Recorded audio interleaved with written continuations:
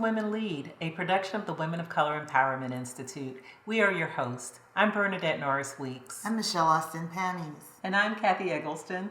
Today, our show is about uplifting the voices of Black artists. Who are they? Where are they? What are they doing? And what can we do to support them? We recently had a very informative panel featuring a prominent panel of artists consisting of Darius Daughtry, who is a friend of the Institute. He's a renowned poet and a playwright. We also had George Gadson, an accomplished artist and sculptor. We also had Jemilah Jones, who is the director of Ashanti Cultural Arts. And we had Portia Dunkley, who is a classical bassist and owner of the New Canon Chamber Collective. This is a collective that embraces classical musicians. Each of these panelists brought it. They were unique in their own right. They shared a lot of information about what's happening in their profession. Absolutely. And they talked about how they are creating their art, how they are financing the creation and distribution of their art. So much that we needed to talk about. Yes, we also got a picture of what is an artist. It's not a limiting description. They are Black artists, but they are primarily artists. They are creatives, and they are bringing a lot to our community. And in terms of compensation, we talked about why folks sometimes hesitate to pay an artist. It's something worth exploring.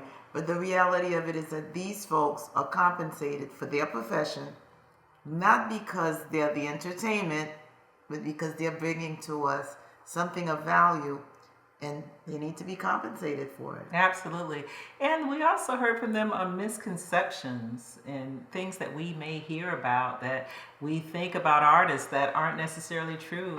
And so I'm interested in sharing with our Women Lead audience some of the things that they will, I think, be surprised about in terms of misconceptions that people have of these artists. Right. Understanding the average artist is not necessarily someone that you saw win an Oscar or that is a regular on a show that you watch. But these are people who are adding value, who are here in the community, and who enhance our lives. Well, so much value. Two things I want to say about this panel. You all who know me know that I'm kind of a left brain person, very analytical. And I love our panels on finance and business and the professions and leadership and all of that. Sometimes you get the panel that you want, and sometimes you get the panel that you need. And I needed to hear this panel of our creatives talk about what they bring to our lives. It was eye-opening. And thank you, Bernadette, for bringing me the panel that I needed. And it happened to be during Art Basel. It sure was, and we really brought it.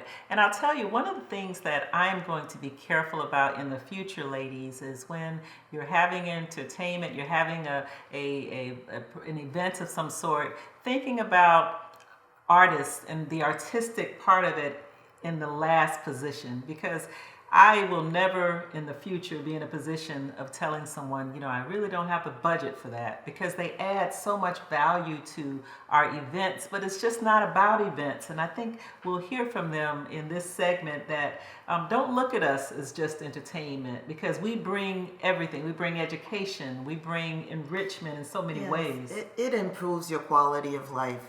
There's no other way to say it. It improves your quality of life. And even when it's an event, what do people remember about your event? You're having an event, but if you have a live performer, someone came in and sang an extraordinary song, they may have forgotten all the decor, I'll tell you, but they'll remember the experience they had. So let's hear from our artists. We'll be right back after these messages. Stay tuned. At the Women of Color Empowerment Institute, our mission is to enhance and expand leadership by women of color.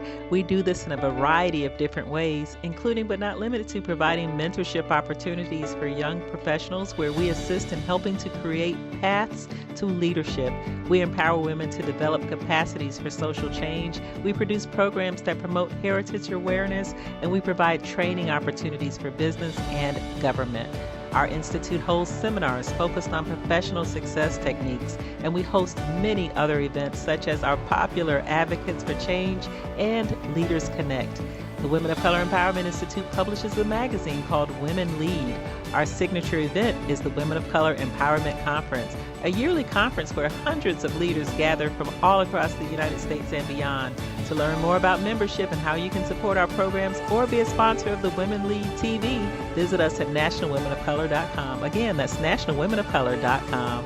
In terms of talking about the pulse of Black art in Broward, is there a place where you can find quote-unquote Black art, art representing the African diaspora, and what do you think about what's happening in our community right now in terms of Black art, and where are we now? Ashante was started 30 years ago because my mom couldn't find teachers that looked like me to teach dance and music. The costumes didn't match my skin, the makeup didn't match me, so she wanted to find Black artists. And 35 years later, it's still kind of hard to find Black artists that will cater to all age groups and who have a variety. But the problem is that they're here, we're just not connected to work together to make it more important for our community to actually participate in the arts. Yeah, so I think she's right. The thing about Broward is so vast, right? We talk about Broward as a geographical location from Deerfield down to Hollandale, out to Sawgrass, all the way over to the beach, right? That's a lot of area. And so there are pockets of Black artists all over. You know, you can go to Miramar and see some great things happening. You can go to Pompano and see some great things happening. You can go here, you can come here and see things down the Cis-Trunk corridor and see things happening. However, there isn't this like collective space and for like, oh, this is where you can find a hub for Black artists. I was talking, earlier about something else with, outside in the lobby about like there being a need for, whether it's a listserv, whether it's something that seems like a website or something that where if you're looking for artists of the diaspora, that you can find them, but it doesn't exist. It doesn't live in a place that we can just easily access it, and a lot of that is, I think, connected to the powers that be, right? So like, are the cities and the county, are they putting forth the effort and the resources necessary to push that to the forefront? And then are the artists themselves working to be a collective group so that people know where they are and what the things that they're doing? Yeah, so it sounds like we need to cultivate an environment where the Black artists can be more connected. And that's what I heard from at least two of you. Any other thoughts on that topic before we leave that topic? I have to agree with what Darius has said. If there's a central place where folks know that they walk into the building, somehow, some way they're exposed to artists, particularly of color, that are in our community, that are either telling the stories or capturing them in some way or another. So my background, I'm a former banker, by the way. Another that's a whole numbers other guy. story. So I look at things from a economic development perspective, in terms of particularly people of color being in a location where, when there is a family reunion being planned for Fort Lauderdale, and individuals, say from Georgia, want to know, well, where can we go and experience the community? There should be, it would be ideal to have a place where they can come and experience artists of the diaspora and actually seeing artists at work. So, and possibly participating in creating some of the art. So with the right decision makers and the right funding and an identified place where that could happen, and accurately and well promoting that, then other artists who maybe are not well known can then feel like I have a place that I can go, and we all know this. When artists get together, we inspire each other, and we create and we critique. I'll say this: I was down at the Lyric Theater a couple nights ago, and I was introduced to a gentleman who lives in Tamarack. I live in Tamarack. He was from Barbados, and when he introduced me, I was introduced to him. The person, he says, "Well, I'm an artist," and I said, "So why don't I know you?" The point I was making is that, if there is a place where all of us can come together once a month or every quarter or what have you, and he said, when I came here, I didn't know where to go to find folks, and so it's an opportunity. What can be done to give you all a bigger, broader voice in Broward? Good evening, everyone. I think all of those things, definitely more funding, but more priority and just the way that we view the arts in general.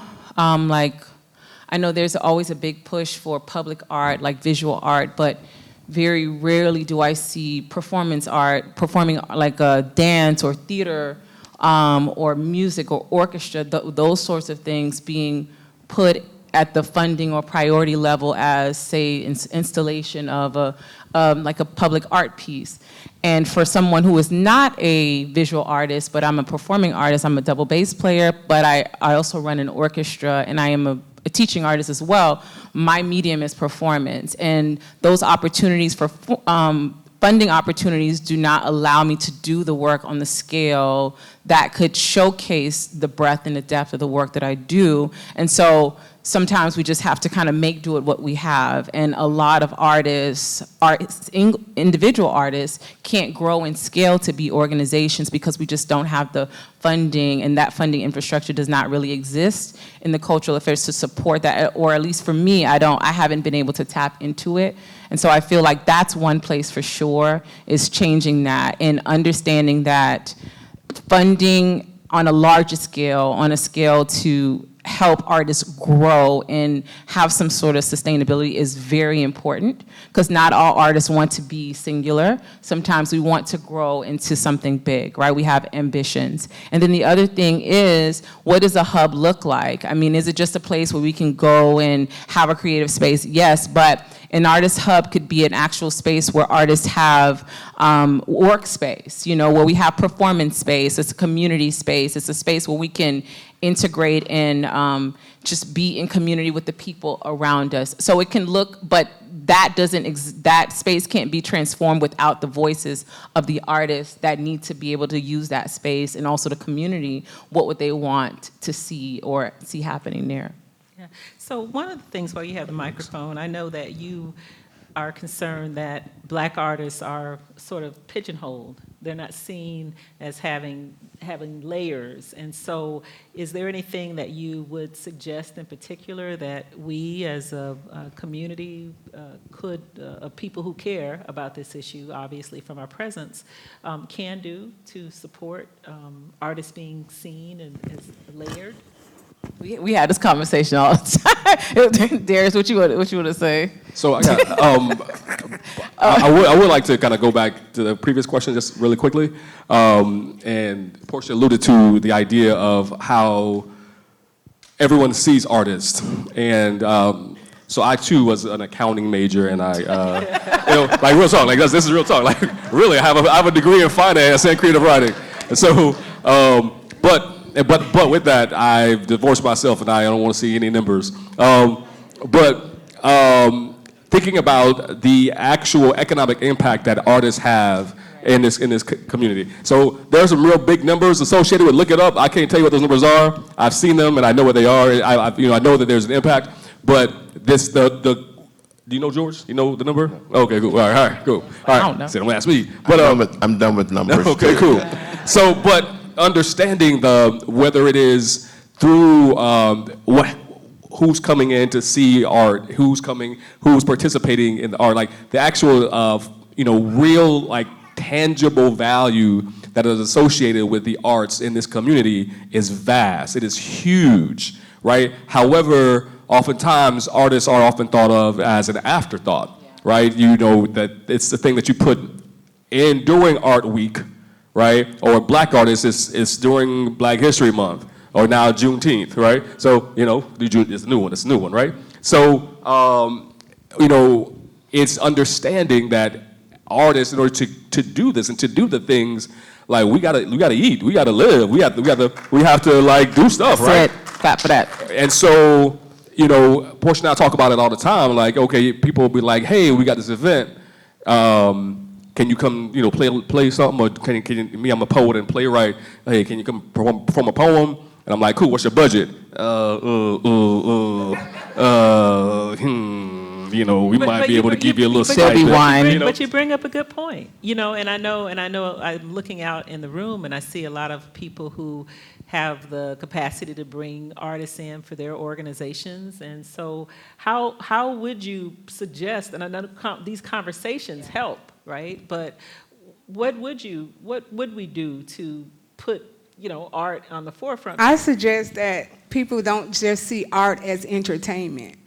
Art is education, art is medical, art is healing, art brings communities together, art is creative. The Bible says that in the beginning God created the heavens and the earth. That's the first thing he did, he created.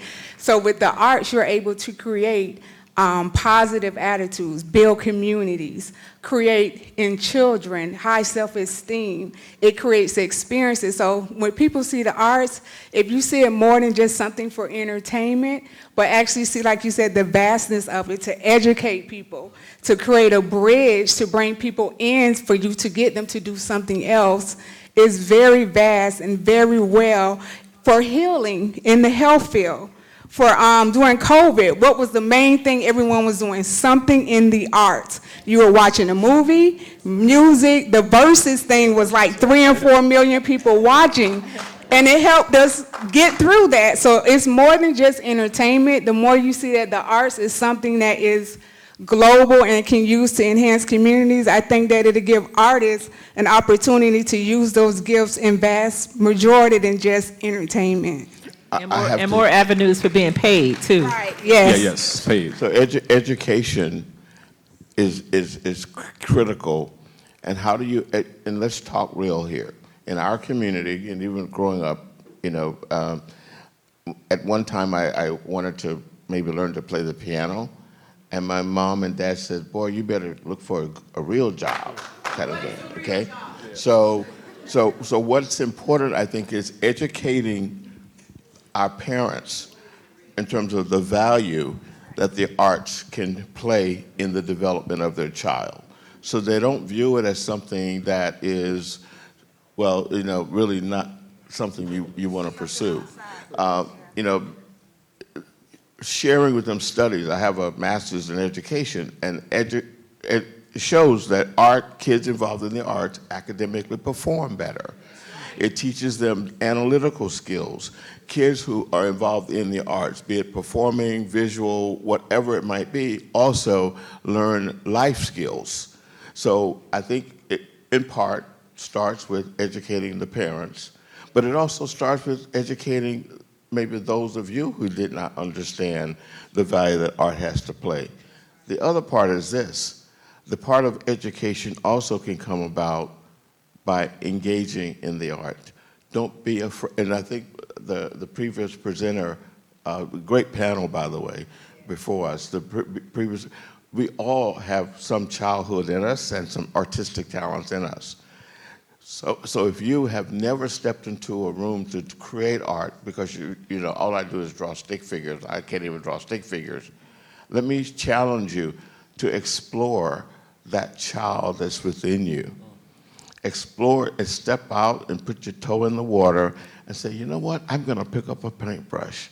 So educating and having that parent and you experience it and how it has transformed you then can change the way in which you may view art, particularly in our community. Can I Yes, add? please, Portia. So when I think about what everyone has said, you know, I think sometimes we get a little, an artist.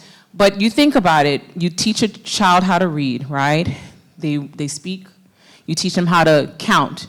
They, or teach them about their numbers. They learn how to count. If they show a gift or an affinity for numbers, they become an accountant, right? They go to school, they study, they become a professional.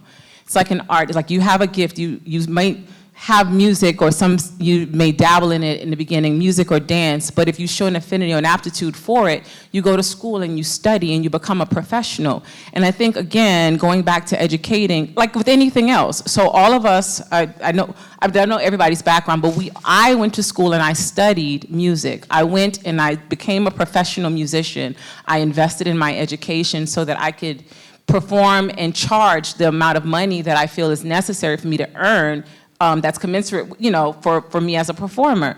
And so that's for any of you as a lawyer, as a doctor, real estate, whatever you do in your profession, you have gone to get some sort of certification, some sort of depth of education so that you can then charge and you can then command that sort of income for your services. And it's the same thing as being an artist. I think what we have been limited in our scope and understanding of what actually an artist can do, the depth, that there's so much, there's so much architecture, building is art, commercial, writing commercial jingles, all of that stuff, there's so much around, and I think when you see a child playing an instrument, that's just one part of it. There's so many other skills that are related to being an artist in the community, even audio design, all of that, producing, all of this, it's such a vast, and it goes back to education, and we're so limited in that, and what an artist is, and what training actually can yield in the profession. So I just wanted to add that. No, I think it's a very important point. Can I add too? Sorry. Yes, go ahead. Yeah, so, and I really kind of want to double down on what Portia just said there. And beg you all to kind of think about that when you all are thinking about events, when you are bringing in artists or purchasing somebody's artwork, right? And not, because we have a tendency to be like, trying to get the hookup. We have a tendency thinking that, oh, okay, you're just doing a little bit. Yeah, that's not big that you're doing. But whether it is having gone to school and got this training, or 10, 15, 20 years of experience and work doing a thing, that artist has put in the work that is. That means that they deserve to be compensated like a professional, right? They're not just doing it as a hobby. So one thing that George here does is he's worked with myself and other folks as artists and thinking about hey, this is a business. There's a business that's happening here, and so when you think about working with artists, and this is for just the public, this is for folks on, in government spaces and community foundations and funders, and think about it, understand artists, it's professional. We're like that, and the folks who are seeking and working towards professionalism and doing a service for community, because just imagine your life without art. Right. Imagine it. You can't, because it's everywhere. It's everywhere, and everything that you do, it's there. And so imagine it without that. And there are professionals who are providing these experiences. And there are places in communities when they're they're breaking bread and giving and making sure these artists are properly compensated. So we need to make sure that we are. Let me ask you all, whoever wants to answer, what's a misconception about Black artists that you all continue to encounter? Any misconceptions out there? Is that we're okay with just exposure. I can't eat exposure. I can't eat it. Like, I like to eat food. I gotta pay mortgage. I got these things. I can't eat those things, right? I can't spend those things, right? And so I think that there is a misconception like, oh, you should be good. Oh, you straight. You know, it's gonna be a lot of people there, and somebody there might want to pay you, you know, but I can't really give it to you, right? And so I think that part is a big thing. But also, we do want to shout out the Community Foundation of Broward that's sharing in the building because they do a lot to support artists and arts organizations in Broward County. And I know for personally, it's with Art Prevails Project, my organization, our growth, a lot of it is directly connected to the investments that the Community Foundation of Broward has shown, and then even worked me as an individual, grants that they did with Broward Cultural Division and Innovation Grant. So there are people and organizations and entities that are doing it, but the rest of us need to get on board and see the value in the space. That black children do not want to take technical dances, and they actually do. Once you expose them to the technique of dance and they get a great foundation, they love exploring all types of dance. They really do they like ballet. As artists, we have to tell people who we are based upon what we know we are, as opposed to having them define who we are. The other part of the story is, and we talked about this, for Black History Month, and I'm all in favor of Black History Month. But we have now determined that the best way to help people get out of the paradigm of just for Black History Month, we'll call on Black artists. No, Black art is good even in October. Okay, not just for February. Wow, ladies. That was quite amazing and informative, right? It made you think. It sure did. It sure did. I could have listened to them for another few hours, honestly. I could as well. Again, this was such a wonderful panel of artists, and the discussion about the importance of art to our lives and our culture, and how we need to value our artists and our creative class. We have to understand also that these are deep thinkers, and they've demonstrated it.